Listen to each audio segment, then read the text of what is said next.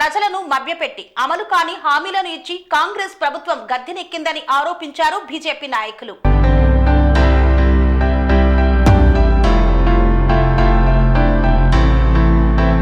ప్రజలను మభ్యపెట్టి అమలు కాని హామీలు ఇచ్చి అధికారంలోకి వచ్చిన కాంగ్రెస్ పార్టీ అన్ని వర్గాలను మోసం చేసిందని, నేడు ఎందుకు సంబరాలు చేస్తున్నారని భారతీయ జనతా పార్టీ నాయకులు ప్రభుత్వాన్ని ప్రశ్నించారు.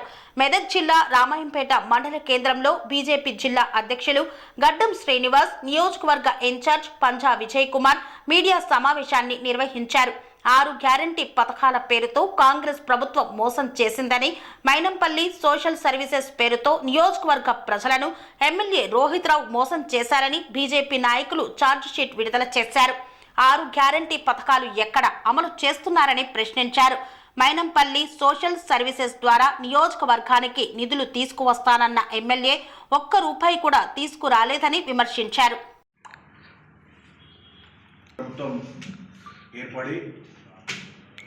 ఒక సంవత్సరం పూర్తిగా వస్తారు. వారు ఈరోజు నుంచే సంబరాలు చేసుకుంటున్నారు. మేము అడుగుతా ఉన్నాం, మీరు ఏమి ఉద్ధరించారని, ఏమి సాధించారని ఈ సంబరాలు చేసుకుంటున్నారు? మీరు ఎన్నికలలో 2023 సార్వత్రిక ఎన్నికలలో కాంగ్రెస్ పార్టీ అధికారంలోనికి వస్తే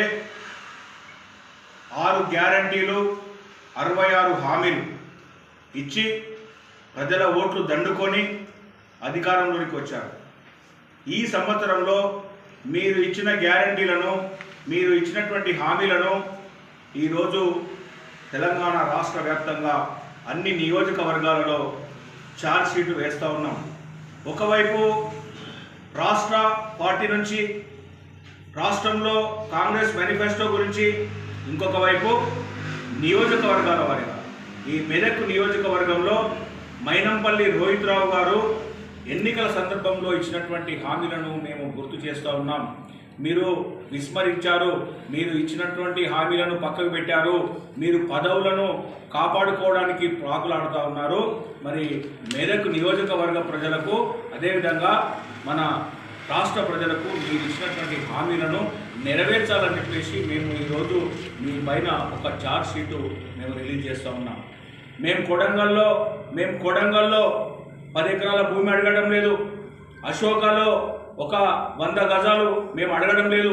మేము అడుగుతా ఉన్నాం, మీరు మెదక్ నియోజకవర్గానికి ఏవైతే హామీ ఇచ్చారో ఆ హామీలను ఏ ఒక్క హామీని కానీ మీరు నెరవేర్చారా అని అడుగుతా ఉన్నాం. అదేవిధంగా రాష్ట్ర పార్టీ రేవంత్ రెడ్డి ప్రభుత్వం కాంగ్రెస్ ఇచ్చినటువంటి హామీలు ఏవైతున్నాయో ఈ హామీలు ఏ ఒక్క హామీని కూడా ఎంతవరకు మీరు చేశారని చెప్పేసి మేము అడుగుతా ఉన్నాం. ముఖ్యంగా రాష్ట్రంలో చూసినట్టయితే మహిళలకు మహాలక్ష్మి అని చెప్పేసి 4,000 రూపాయలు ఇస్తామని చెప్పేసి మహిళల ఓట్లు దండుకొని ఇవాళ అధికారంలోకి రావడం జరిగింది. అదేవిధంగా రైతులకు రైతు భరోసా అని, రైతు కూలీలకని, వ్యవసాయ కూలీలకని చెప్పేసి మీరు అనేకమైనటువంటి హామీలు ఇచ్చేసి వ్యవసాయదారుల యొక్క ఓట్లు దండుకొని ఇవాళ మీరు అధికారంలోనికి రావడం జరిగింది. అదేవిధంగా యువకులకు ఏదైతే యువ వికాసం పేరిట 2 లక్షల ఉద్యోగాలు ఇస్తామని చెప్పేసి యువకుల ఓట్లు దండుకొని ఇవాళ కాంగ్రెస్ పార్టీ అధికారంలోకి రావడం జరిగింది.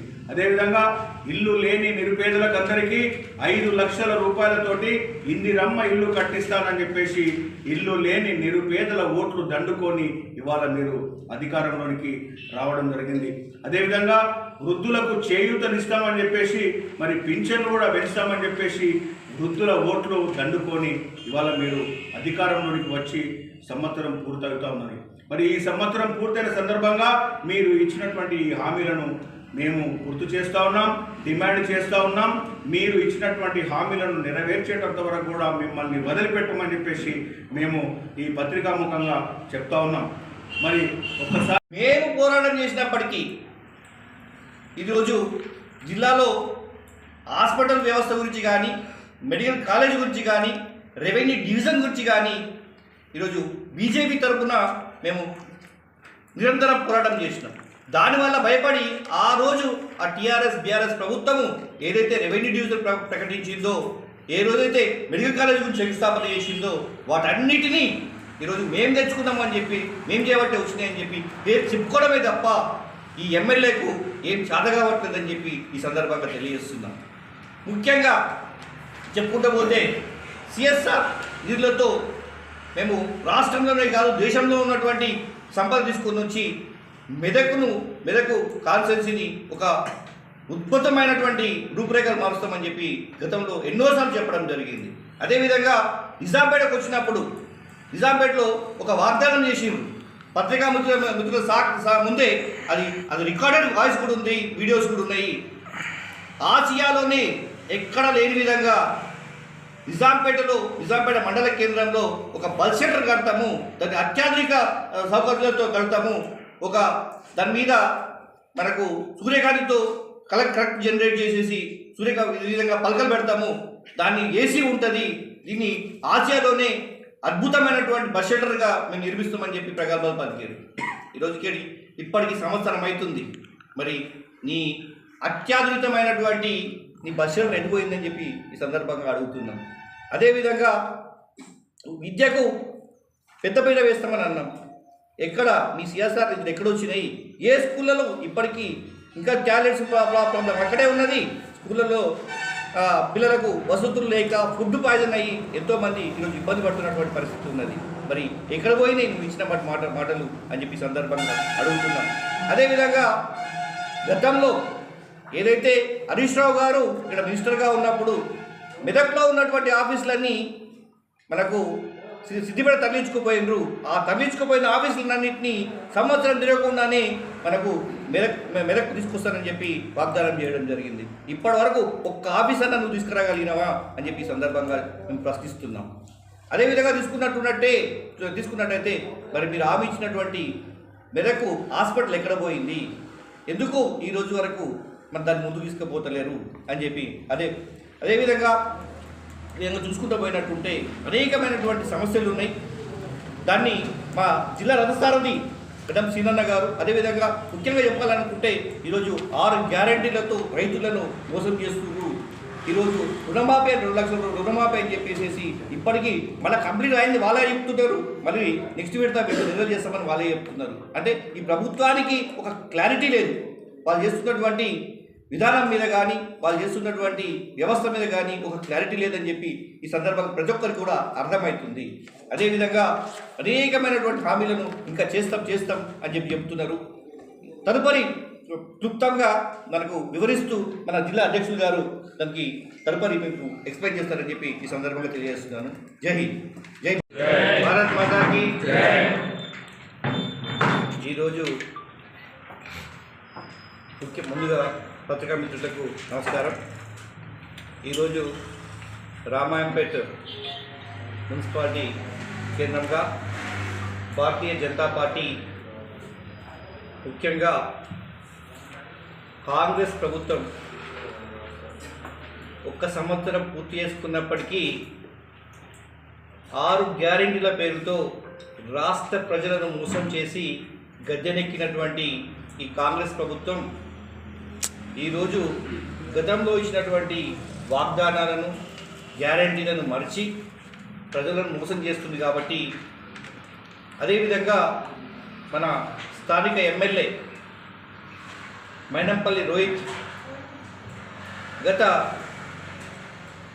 అసెంబ్లీ ఎలక్షన్స్ ముందు కానీ ఎలక్షన్స్ సమయంలో కానీ తను ప్రజలకు ఏదైతే వాగ్దానం చేసిండ్రో ఈ సంవత్సర కాలంలో ఒక్క వాగ్దానాన్ని కూడా తను పూర్తి చేసినటువంటి దాఖలాలు లేవు. దాన్ని పురస్కరించుకొని మా రాష్ట్ర అధ్యక్షుడు కిషన్ రెడ్డి గారి అధ్యక్షతన ఏదైతే మేము నిర్ణయం తీసుకున్నామో దాని ప్రకారము ఈరోజు మా జిల్లా రథసారథి గడ్డం సీనన్న గారు ఆధ్వర్యంలో మేము ఈరోజు మెదక్ నియోజకవర్గానికి గత ఎలక్షన్లో ఇచ్చినటువంటి హామీలను బేస్ చేసుకొని మేము ఈరోజు ఛార్జ్ షీట్ విడుదల చేయడం అవుతుంది. అదేవిధంగా ఈరోజు ఏదైతే కాంగ్రెస్ పార్టీ 6 గ్యారంటీల పేరుతో ప్రజలను మభ్యపెట్టి మోసం చేసిందో వాటిలో ఒక్కటి కూడా నెరవేర్చే పరిస్థితి ఉంది. ఈరోజు ప్రజలకు ఈరోజు అన్నా రామచంద్ర అనే పరిస్థితి ఏర్పడింది. వాటి మీద ప్రశ్నించే గొంతుకగా భారతీయ జనతా పార్టీ ప్రజల పక్షాన ఉండడానికి యుద్ధానికి కంకణబద్ధులమై ముందుకు వస్తున్నాం. కాబట్టి దాని సందర్భంగా మేము ఈరోజు ప్రెస్ మీట్ పెట్టడం జరిగింది.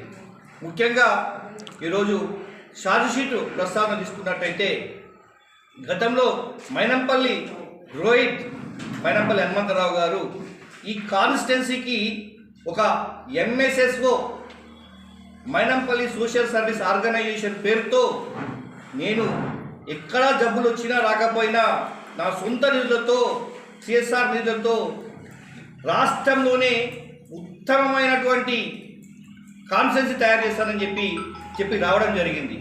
దాంట్లో భాగంగా ఎలక్షన్స్ కన్నా ముందు ప్రగల్భాలు పలికి ఒక స్కూల్ డెవలప్ చేస్తానని చెప్పేసి ఒక ఎగ్జాంపుల్ చూపెట్టి పేద బడుగు బలైన వర్గాలు ఎవరైనా ఉన్నట్టుంటే ఇల్లు లేని వాళ్ళకు సొంతంగా ఇల్లు కట్టిస్తానని చెప్పి, అదేవిధంగా కార్పొరేట్ స్థాయిలో హాస్పిటళ్లను పునరుద్ధరిస్తానని చెప్పి హెల్త్ క్యాంపులు పెట్టి ప్రజలకు బీద బడుగు బలహీన వర్గాలకు ఒక్క రూపాయి లేకుండా కార్పొరేట్ వైద్యం అందిస్తానని చెప్పి ఆ రోజు చెప్పడం జరిగింది.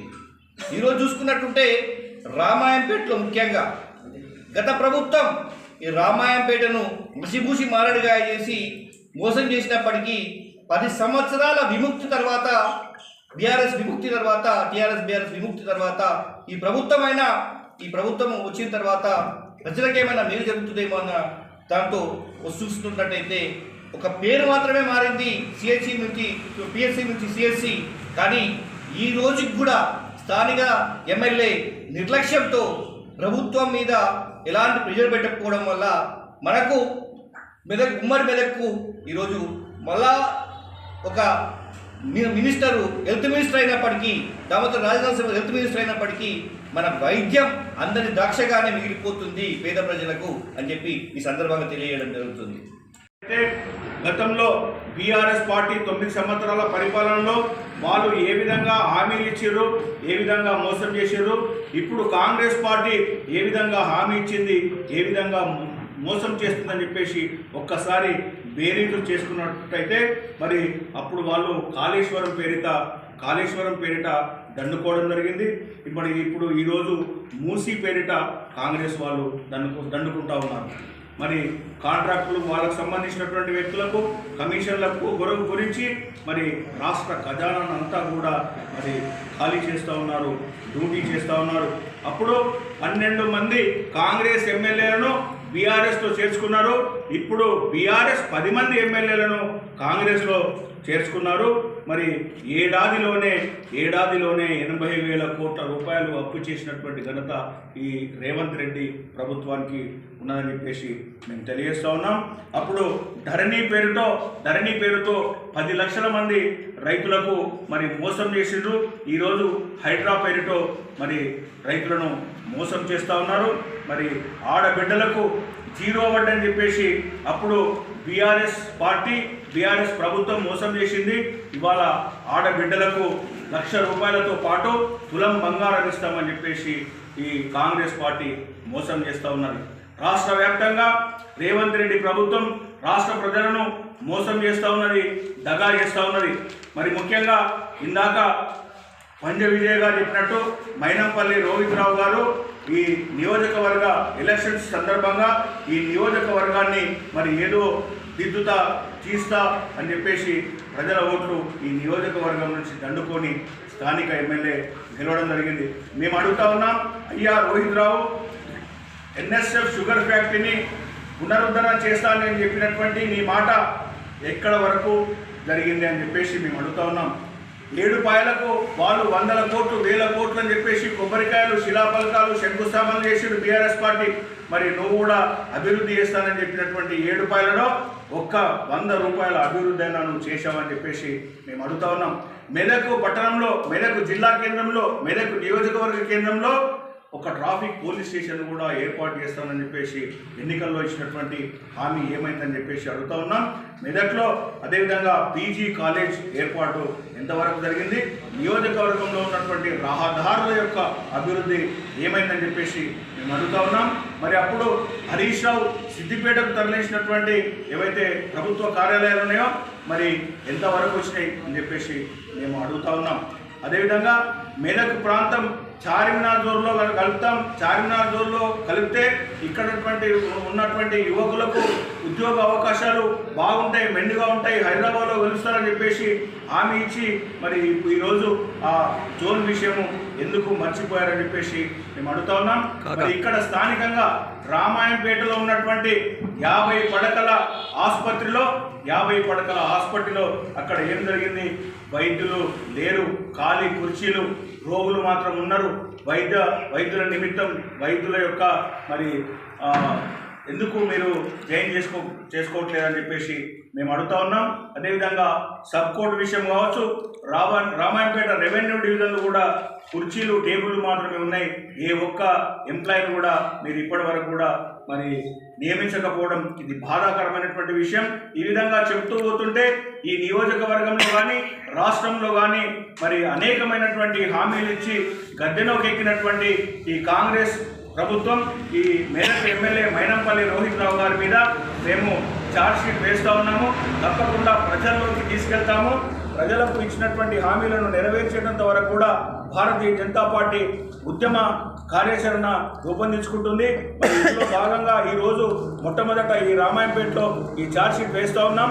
మరి వచ్చే 5వ తారీఖు రోజున ఈ నియోజకవర్గం మొత్తం మీద సైకిల్ మోటార్ ర్యాలీ, అదేవిధంగా నియోజకవర్గ కేంద్రంలో ఒక బహిరంగ సభను ఏర్పాటు చేసి లబ్ధిదారులకు రావాల్సినటువంటి ఏదైతే లబ్ధి పథకాలు, సంక్షేమ పథకాలు ఉన్నాయో ఆ సంక్షేమ పథకాలను ఇప్పించేటంత వరకు కాంగ్రెస్ పార్టీ మైనంపల్లి హనుమంతరావు మెడలు వంచి ఇప్పించే ప్రయత్నం మేము చేస్తామని చెప్పేసి మరి ఈ విలేకరుల సమావేశం ద్వారా మేము చెప్పడం జరుగుతుంది.